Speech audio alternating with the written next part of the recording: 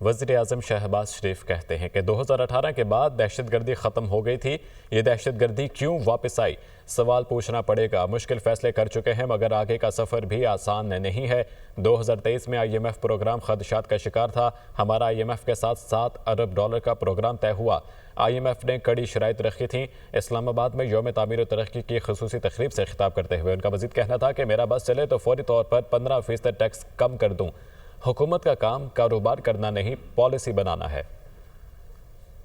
2018 کے بعد آپ نے دیکھا کہ دہشت گردی کا خاتمہ ہو چکا تھا، لیکن پھر بدقسمتی سے وہ لوگ دوبارہ یہاں پر آ گئے۔ مجھے بتائیے کہ جب دہشت گردی مکمل طور پر ختم ہو گئی تھی 2018 میں، تو کیا وجہ ہے کہ آج دوبارہ دہشت گردی دوبارہ یہاں پر سامنے آ رہی ہے؟ پاکستان نے ایک سال میں جو سفر کیا ہے، 2023 کی بات ہے، IMF کا پروگرام تھا، وہ ہچکولے کھا رہا تھا کیونکہ ان کی جو شرائط تھیں وہ بڑی کڑی تھیں۔ ہمارا IMF کے ساتھ 3 سالہ پروگرام طے ہوا $7 ارب کا۔ آپ کو گواہ بنا کر کہنا چاہتا ہوں کہ میرا بس چلے تو میں 15% ٹیکس اکراس دا بورڈ ابھی کم کر دوں۔ اس سال افغانستان میں ایک آئٹم کی بات کرتا ہوں، $211 ملین کی چینی ایکسپورٹ ہوئی ہے۔